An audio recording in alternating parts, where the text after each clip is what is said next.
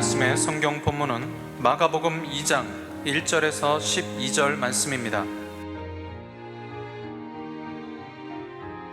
수일 후에 예수께서 다시 가버나움에 들어가시니 집에 계신 소문이 들린지라 많은 사람이 모여서 문 앞에라도 용신할 수 없게 되었는데, 예수께서 저희에게 도를 말씀하시더니 사람들이 한 중풍병자를 4사람에게 메워 가지고 예수께로 올세 무리를 인하여 예수께 데려갈 수 없으므로 그 계신 곳에 지붕을 뜯어 구멍을 내고 중풍병자의 누운 상을 달아 내리니, 예수께서 저희의 믿음을 보시고 중풍병자에게 이르시되 소자야 내 죄 사함을 받았느니라 하시니, 어떤 서기관들이 거기 앉아서 마음에 의논하기를 이 사람이 어찌 이렇게 말하는가 참남하도다.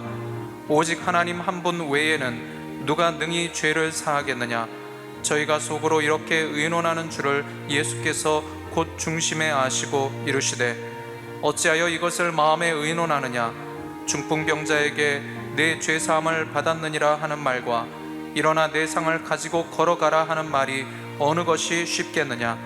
그러나 인자가 땅에서 죄를 사하는 권세가 있는 줄을 너희로 알게 하려 하노라 하시고, 중풍병자에게 말씀하시되 내가 네게 이르노니 일어나 네 상을 가지고 집으로 가라 하시니, 그가 일어나 곧 상을 가지고 모든 사람 앞에서 나가거늘 저희가 다 놀라 영광을 하나님께 돌리며 가로되 우리가 이런 일을 도무지 보지 못하였다 하더라.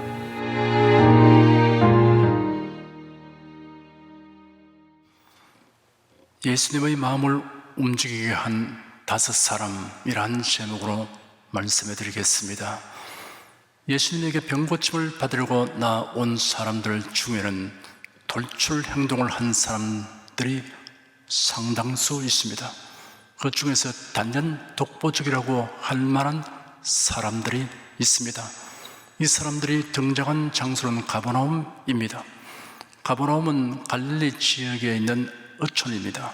갈릴리 바다 북쪽 해변에 위치하였습니다. 예수님 당시 팔레스틴은 3지역으로 구분되었습니다. 유대와 사마리아 그리고 갈릴리입니다. 사마리아 지역이 가운데를 차지하고 그 아래쪽은 유대 지역, 그 위쪽은 갈릴리 지역입니다. 가버나움에는 세관이 있었고 로마의 백부장이 주둔하고 있었습니다. 이곳의 회당 부근에는 예수님의 제자 베드로의 집이 있었습니다. 예수님은 공적 활동의 초기에 나사렛에서 배척을 받으신 후 가버나움으로 가셔서 이곳을 활동의 본부로 삼으셨습니다. 이 시간 살펴보려고 하는 사건은 마태복음 9장과 마가복음 9장에 기록되어 있습니다. 이들을 비교 종합하여 사건의 실황을 살펴보므로 은혜와 교훈을 얻도록 하겠습니다. 예수에 대한 소문은 그의 가르치심과 행하신 기사와 이적으로 인하여 널리 확산되어 갔습니다. 예수님의 순회 여행을 끝마치고 가버나움으로 돌아오시자 사람들이 예수님 계신 집으로 모여들기 시작하더니 어느덧 문 앞까지 발 디딜 틈 없게 되었습니다.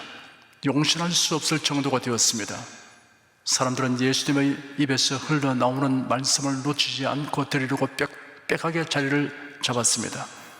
뒤편이나 구석진 자리에 있는 사람은 고개를 잔뜩 내밀어 앞을 응시하고 귀를 곤두세웠습니다. 그때 들것에 누운 사람을 운반하고 오는 사람들이 나타났습니다. 그 들것에 실려있는 사람은 중풍병자였습니다. 그들이 예수님이 계신 집에 도달했을 때는 이미 사람들의 집 안팎을 가득 메운 뒤였습니다. 뒤늦게 오긴 했으나 사람들의 양해를 얻어내면 예수님 앞으로 들어갈 수 있으리라고 생각했습니다. 그런데 실제로는 어림도 없었습니다. 죄송합니다. 일찍 출발했으나 중풍 환자를 들것에 뉘어 운반하라고 지체되었습니다. 예수님 앞으로 데려가도록 조금만 지나갈 틈을 내어 주십시오. 여보시오, 여기 앉은 사람들이 보이지 않아요? 무릎도 들이밀 수 없을 정도인데 어디로 들어가겠다는 거요? 들것을 운반하고 있는 그들은 서둘러 오지 못한 것을 후회하거나 사람들의 몰인정에 대해 투덜대지 아니했습니다. 그들은 물러서 잠시 서로 의논한 다음 기상천외한 행동을 간행하기 시작했습니다. 중풍병자가 누운 침상을 지붕 위로 가져갔습니다. 당시 서민 가옥은 대개 흙벽돌로 지었습니다. 흙벽돌은 진흙으로 만들어 햇볕에 말린 것입니다. 지붕을 덮기 위해서는 먼저 벽에서 벽까지 튼튼한 대들보를 가로지르고 갈대를 놓은 다음 마른 풀로 덮었습니다. 그 위에 진흙과 모래와 자갈을 섞어 덮고 굴림대 돌로 평평하게 다졌습니다. 그 위에 기와를 덮기도 하였습니다. 따라서 지붕은 일종의 평평한 옥상으로서 밖으로 나 있는 계단을 통해 올라가게 되어 있습니다. 이 지붕은 다목적용이었습니다. 곡식이나 과일을 말리는 장소로 사용되었습니다. 다락방을 드리는 경우도 있습니다. 이러한 가옥 구조를 생각해 볼 때 그 사람들이 중풍병자가 놓은 침상을 지붕 위에까지 운반하는 것은 무척 힘들긴 하였지만 불가능한 일은 아니었습니다. 그들의 다음 행동이 기발했습니다. 그들은 예수님 계신 곳을 어림잡아 지붕을 뜯기 시작했습니다. 아무리 조심스럽게 작업을 한다고 해도 그 방 안에 있는 사람들이 어떤 상황에 처했을 것인가는 상상이 어렵지 않습니다. 요란한 소리와 함께 지푸라기와 흙먼지가 쏟아진 것은 말할 것 없고 예수님뿐 아니라 제 아들이 이러한 흙먼지를 뽀얗게 덮어쓰게 되었습니다. 그 집의 주인이 마리아인지 베드로인지 혹은 다른 자인지 알 수 없습니다. 다만 사람이 놓은 침상을 그대로 달아내릴 정도로 지붕을 뜯었으니 그 집 주인의 심정이 어땠을 것인가를 짐작하기 어렵지 않습니다. 기이하는 것은 아무도 그들의 작업을 만류하지 아니하였다는 것과 예수님이 동요하지 않고 그 집안에 그대로 계시다는 사실입니다. 드디어 지붕이 휑하니 뚫려졌습니다. 지붕 위의 네 사람은 낮게 뚫렸다. 이만하면 되겠다. 자, 침상을 달아 내리자 라고 말했습니다. 집안에 있는 사람들의 시선이 일제히 뚫어진 천정에 집중된 것은 물론입니다. 지붕 위의 네 사람이 침상의 네 모서리에 줄을 단단히 맨 다음 드디어 침상을 아래로 내리기 시작했습니다. 그들이 달아 내리는 것은 침상만이 아니라 그 위에 누운 중풍병자까지였습니다. 조심하여 보조를 잘 맞추어 줄을 서서히 넣어줘야 합니다. 자칫 실수하면 중풍병자를 떨어뜨려 죽게 할 수도 있습니다. 그들의 표정은 긴장되었고 이마에는 땀이 송골송골 맺혔습니다. 집안에서 이들의 무리한 행동을 보고 있는 제 아들이 어떤 태도를 취했을까 하는 것이 궁금합니다. 성경 복음서를 보면 예수의 12 아들의 다양한 성격을 살펴볼 수 있습니다. 각양각색의 성격을 가졌지만 예수는 그들을 모두 제대로 삼으셨습니다. 그 개인의 성격에는 장단점이 있었습니다. 성령 강림 이후 그들의 성격이 어떻게 변화되고 혹은 유용하게 사용되는가를 보면 우리가 감동을 받게 됩니다. 도마는 의심이 많은 성격의 소유자입니다. 다수의 자들이 그들이 모인 방에 부활하신 예수님이 오신 것을 보았다고 도마에게 증언하여도 도마는 믿지 않았습니다. 자기가 직접 확인하지 아니한 것을 믿지 못했습니다. 베드로의 형제인 안드레는 침착하면서도 능동적인 성격입니다. 그가 베드로를 예수님에게로 인도하였습니다. 예수님이 빈들에 모인 무리들을 가르치시고 저녁이 되도록 종일 먹지 못한 무리들을 그냥 돌려보내지 않으시고 먹을 것을 주시려고 작정하셨습니다. 제 아들에게 너희가 저들에게 먹을 것을 주라고 하시니 제 아들은 난감하였습니다. 빌립은 예수님에게 그 일이 불가능하다는 상황 설명을 했습니다. 그때 안드레가 보리떡과 물고기를 가지고 예수님에게 드렸습니다. 안드레는 먹을 것을 구하려고 무리들에게로 가서 살피다가 어린 아이가 제공하는 것을 얻어온 것입니다. 안드레의 중개 역할로 인해 무리들은 예수님이 주시는 기적의 떡과 물고기를 배불리 먹을 수 있었습니다. 예수님이 예루살렘에 가셨을 때 헬라인 몇 사람이 빌립에게 가서 예수님을 뵙고 싶다고 하였습니다. 그래서 빌립이 안드레에게 가서 말하여 둘이 함께 예수님에게 그 사실을 전달했습니다.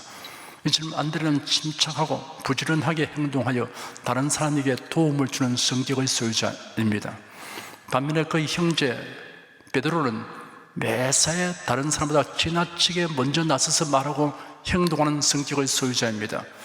그런 일로 인하여 예수님의 책망과 훈계와 칭찬을 받았습니다. 그 일들이 성경에 기록되어 있어서 우리에게 신령한 지식과 교훈들을 얻게 하여 줍니다. 예수님이 공생의 막바지에 예루살렘으로 가시려고 마음을 확정하시고 사자들을 자신보다 앞서 보냈었습니다.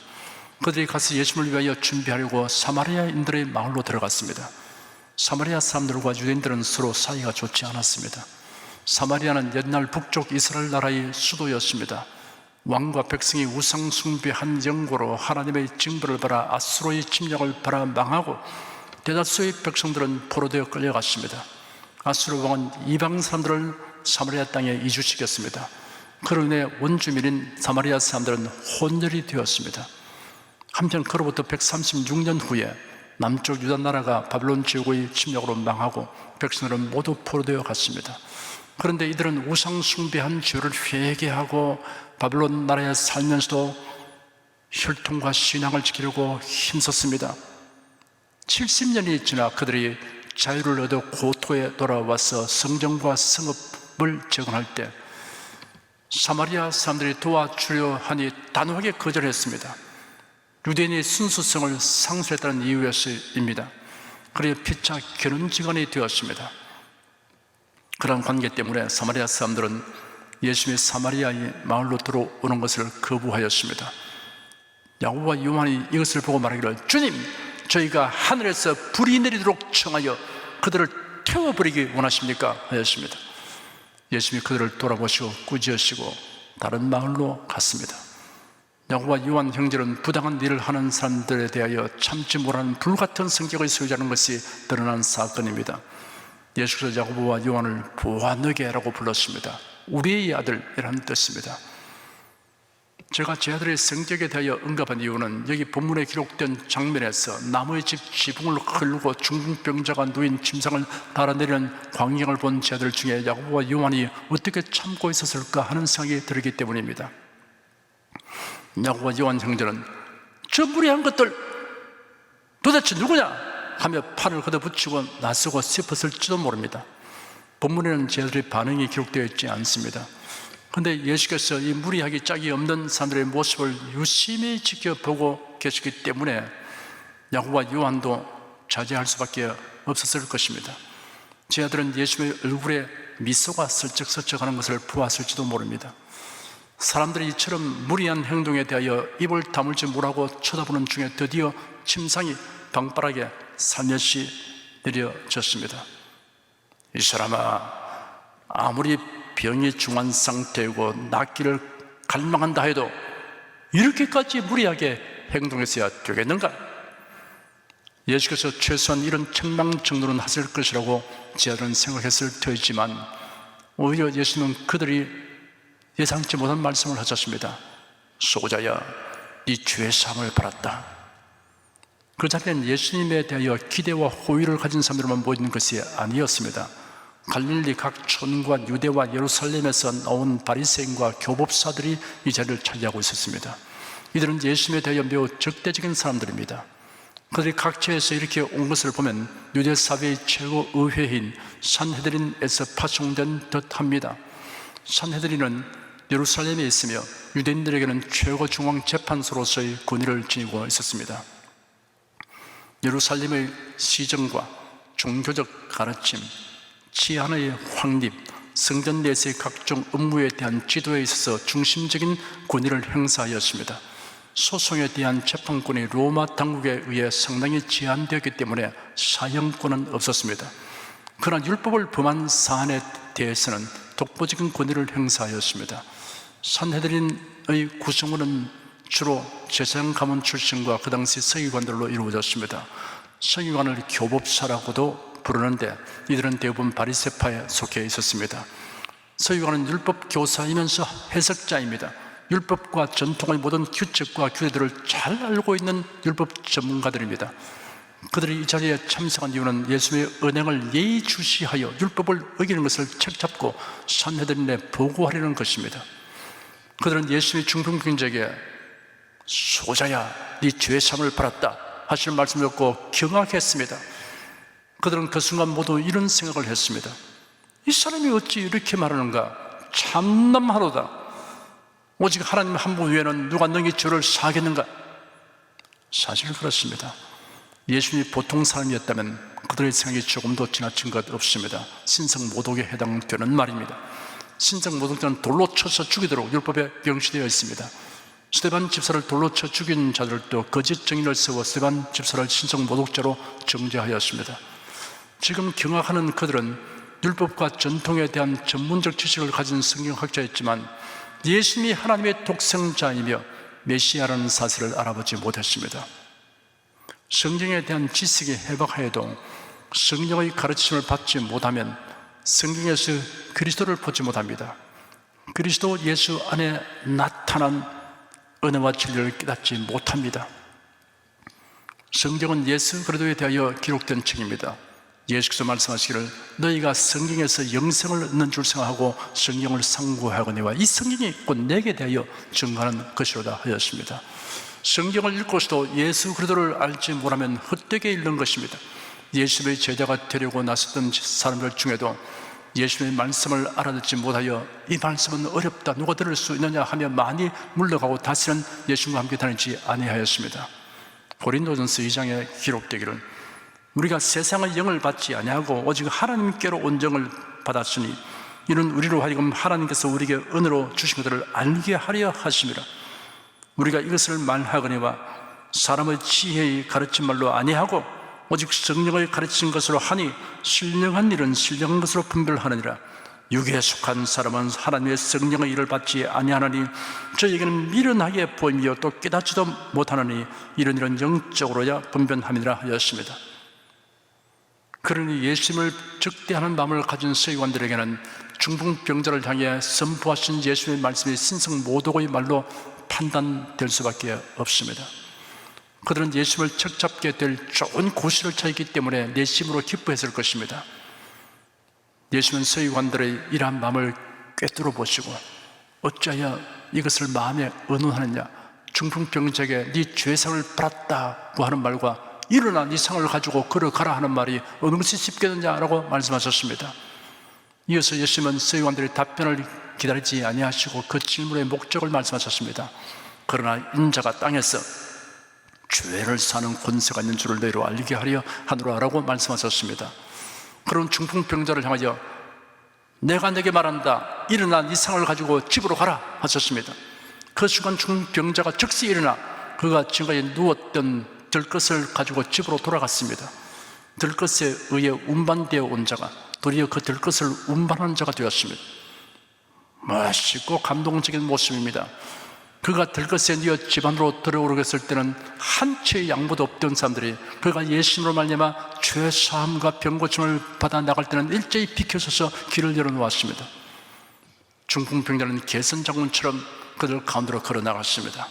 썩은 나무 덩치처럼 들것에 담겼던 중풍병자가 예수님의 말씀 한마디에 용수철에 튕긴 것처럼 순간으로 펄떡 일어나 들것을 둘둘 말아서 척둘러 메고 힘차게 걸어가 나가는 모습을 본 서기관들은 할 말이 없었습니다.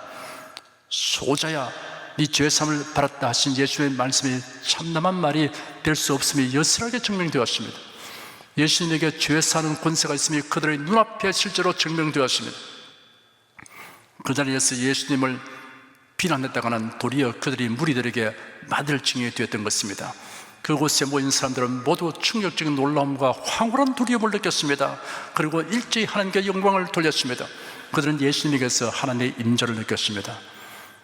지금까지 살펴본 내용 가운데 귀중한 교훈 몇 가지를 정리하여 말씀해 드리겠습니다. 첫째, 중풍병자를 예수님에게로 운반해 온 네 사람에게서 얻을 수 있는 교훈입니다. 그들이 중풍병자의 친구인지 친족인지는 알 수 없습니다. 그 같은 사실을 밝히는 것은 아무 의미가 없습니다. 중요한 것은 그 네 사람이 모두 도처럼 믿음을 가졌다는 사실입니다. 예수님은 뚫어진 지붕 위에서 침상을 달아내리는 사람들을 유심히 보셨습니다. 예수님은 그들의 외모를 유의하여 보신 것이 아니었습니다. 예수님이 저희의 믿음을 보셨다라고 기록되어 있습니다. 중풍병자와 그를 될 것으로 운반해 온 네 사람은 예수님이 중풍병자를 고쳐주실 것이라고 확신했습니다. 예수님은 이 다섯 사람의 믿음을 보셨습니다. 행동으로 나타내는 보이는 믿음이었습니다. 그들은 예수님이 그들의 과격하고 무리한 행동을 용납하시고 중풍병자를 긍휼히 여기어서 고쳐줄 것이라고 확신했습니다. 이러한 믿음이 그들을 이처럼 적극적인 행동을 하도록 하였습니다. 만일 이러한 확신이 없었으면 문전에서 되돌아갔을 것입니다. 만일 이러한 확신이 없었으면 나무의 집 지붕을 뜯는 행동을 하지 아니했을 것입니다. 이런 무리한 일일 뿐 아니라 그 집을 수리해 줘야 할 책임이 따르는 일입니다. 손해배상을 각오하지 않고는 할 수 없는 일입니다. 만일 이러한 믿음이 없었으면 예수님이 화를 내시고 그 집안에서 밖으로 나가버릴까 하는 염려 때문에 작업을 시도하지 못했을 것입니다. 장애물을 극복하고 집요한 노력과 과감한 행동이 모두 예수님의 사랑과 능력에 대한 믿음에서 나왔습니다. 예수님께 대한 그들의 믿음이 비상하고 독창적인 아이디어를 창출시켰습니다. 중풍병자를 침상채로 지붕 위로 올리고 예수님 계신 곳에 지붕을 뜯고 달아내리는 것은 기상천외한 방법입니다. 뜻이 있는 곳에 길이 있다는 격언이 있습니다. 이를 달리 말하여 믿음이 있는 곳에 길이 있다라고 말할 수 있습니다. 또 한 가지 중요한 것은 네 사람의 협력에 의해서 중풍병자가 죄사함과 병고침을 받았다는 사실입니다. 들것에 뉘운 중풍병자를 운반하기 위해서는 네 사람이 협동해야 합니다. 예수님이 계신 집 앞에 오기까지도 네 사람의 협동이 있어야 했지만 지붕 위로 올리는 데는 더욱이 그러했습니다. 뜨는 공간 사이로 중풍병자를 침상째로 달아내리는 작업은 네 사람의 협동이 아니면 도저히 할 수 없는 일입니다. 네 사람은 의견이 일치하였습니다. 협력이란 의견 일치 없이는 이루어질 수 없습니다. 목적이 같고 목표가 같으면 일을 진행하는 과정과 방법에 있어서는 자기 고집을 내세워 주장하지 않도록 해야 합니다. 이런 점에서 이 네 사람이 보여준 행동은 우리에게 귀감이 됩니다. 네 사람 중에 누가 더 중요한 역할을 했는가를 논할 수 없습니다. 그 모두가 중요한 역할을 했습니다. 여러분이 불신자를 예수님에게로 인도하는데도 다소의 협동이 있어야 합니다. 제가 전도한 사람 중에 어떤 분은 나 혼자 인도했습니다 라고 하실 분이 있습니까? 그럴 것 같을지라도 알고 보면 이름 모르는 여러 사람의 역할이 먼저 있었습니다. 다만 여러분이 마지막 역할을 하는 사람이었습니다. 한 사람이 예수를 영접하여 구원받기까지는 몇 사람의 협력이 있어야 했는가를 하나님만이 아실 것입니다. 열심히 전도하고 수고하여도 결실이 없다고 낙심해서는 안 됩니다. 그 사람이 구원에 이른 데까지 협력해야 할 여러 사람 가운데 하나로 하나님께 쓰임받은 것을 감사해야 합니다. 여러분이 때로는 첫 번째 사람의 역할을 하였을 수도 있습니다.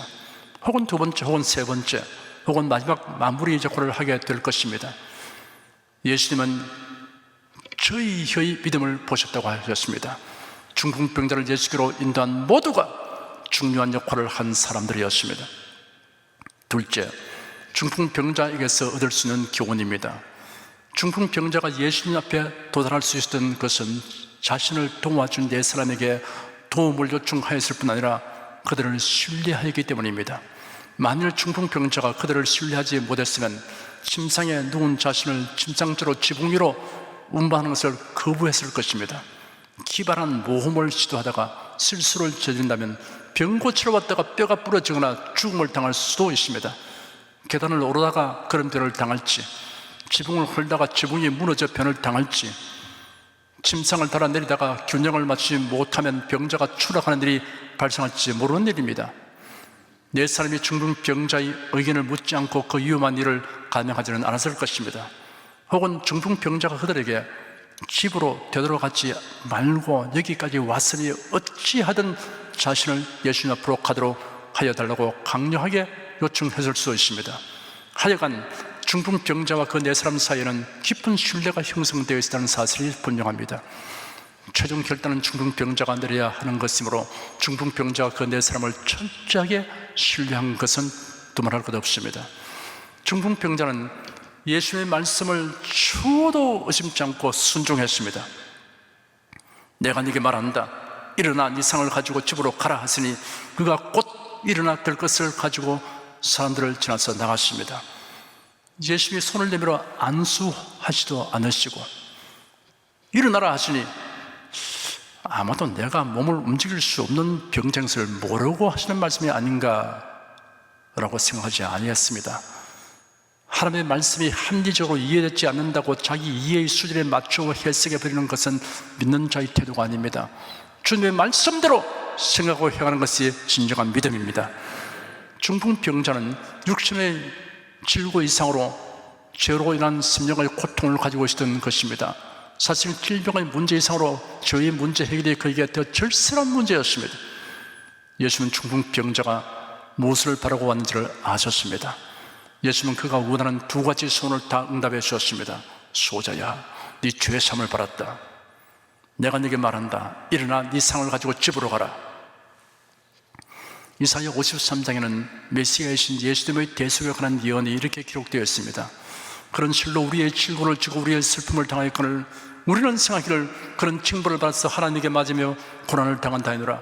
그가 찔림은 우리의 허물을 위하며 그가 상함은 우리의 죄악을 위함이라. 그가 징계를 받음으로 우리가 평안을 누리고 그가 채찍에 맞음으로 우리가 나음을 입어도다. 우리는 다 양 같아서 그를 행하여 각기 제 길로 갔거늘 여호와께서는 우리 무리의 죄악을 그에게 담당시키셨다. 예수님의 3년 반 동안의 공생의 활동 기간에 병든 자들을 고치는 일에 많은 시간을 할애하셨습니다. 마태복음에 다음과 같이 기록되었습니다. 저 몸에 사람들이 귀신 들린 자들을 많이 데리고 예수께 오거늘 예수께서 말씀으로 귀신들을 쫓아내시고 병든 자를 다 고치시니 이는 선지자 이사야로 하신 말씀에 우리 연장한 것을 친히 담당하시고 병을 짊으셨다 함을 이루려 하심이라. 예수께서 모든 성과 촌에 두루다니사 저희 회당에서 가르치며 천국 복음을 전파하시며 모든 병과 모든 약한 것을 고치시니라. 예수께서 그 12제자를 부르사 더러운 귀신을 쫓아내며 모든 병과 모든 약한 것을 고치는 권능을 주시니라. 병든 자는 신족의 은혜를 간구해야 합니다. 야고보 사도는 너희 중에 병든 자가 있느냐 위하여 기도할지니라. 믿음의 기도는 병든 자를 구원하리니 주께 스스로를 일으키시리라. 혹시 죄를 범하였을 때로 사하심을 드리라. 이러므로 너희 죄를 서로 가며 병 낫기를 위하여 서로 기도하라. 의인의 간구는 역사 하나님이 많으니라라고 기록하였습니다. 그리고 분명한 것은 죄사함 받기를 소원하고 갈망하여 예수님에게로 나오는 사람에게 예수님은 예배 없이 죄사함을 받게 하시다는 사실입니다. 예수님은 중풍병자의 마음속을 꿰뚫어 보셨습니다. 그래야 죄사함을 선포하셨습니다. 아울러 이를 통해 서기관들에게 예수님이 죄 사는 권세를 가지신 메시아이심을 증언하셨습니다. 침상에 누운 중풍병자와 그를 예수님 앞으로 달아내린 네 사람은 예수님의 마음을 움직이게 한 사람들이었습니다. 그들의 적극적인 자세, 집요한 노력, 과감하고 비상한 행동, 적절한 협동, 이 모든 것은 예수님의 사랑과 권능에 대한 확고한 믿음에서 나온 것입니다. 오늘날도 이러한 믿음으로 죄사함과 병고침을 갈망하며 예수님으로 나오면 예수님의 마음을 움직이게 하는 사람이 됩니다. 사랑하는 여러분은 모두 이 같은 믿음으로 주 예수 그리스도로 말미암는 신조의 은총을 입으며 또한 일어나여 사람들이 하나님께 영광 돌리도록 하시기를 축원합니다. 기도하겠습니다. 하나님, 사람이 하나님의 마음을 움직인다는 것은 참 상상하기 어려울 일이 아닐 수가 없습니다. 나하고 부족한 어리석은 인생들이 전능하신 하나님, 영원하신 하나님 마음을 움직이게 한다는 것 참 놀랍고 기이한 일이 아닐 수 없습니다. 그러나 그것이 가능하다는 것을 알리기 위해서 성경에 여러 사례를 기록해 놓으시느라 감사합니다. 이를 본받으라고 우리에게 말씀해 주시니 감사합니다. 오늘 말씀을 통해서 우리가 하나님의 사랑에 대해서 깊이 신뢰하도록 가르치시니 감사합니다. 하나님은 불쌍히 여겨주시고 연민의 정을 가지시고 긍휼을 베풀어 주신 하나님이신 것을 알고 또한 하나님의 능력이 무한하다는 것을 알게 하여 주시니 감사합니다. 우리 온 성도가 하나님의 사랑과 그 크신 권능에 의존해서 믿음을 보이게 하여 주시옵소서. 그래서 많은 하나님의 권능의 손길의 나타남을 체험하게 하여 주시옵소서. 예수님의 이름으로 기도드립니다. 아멘.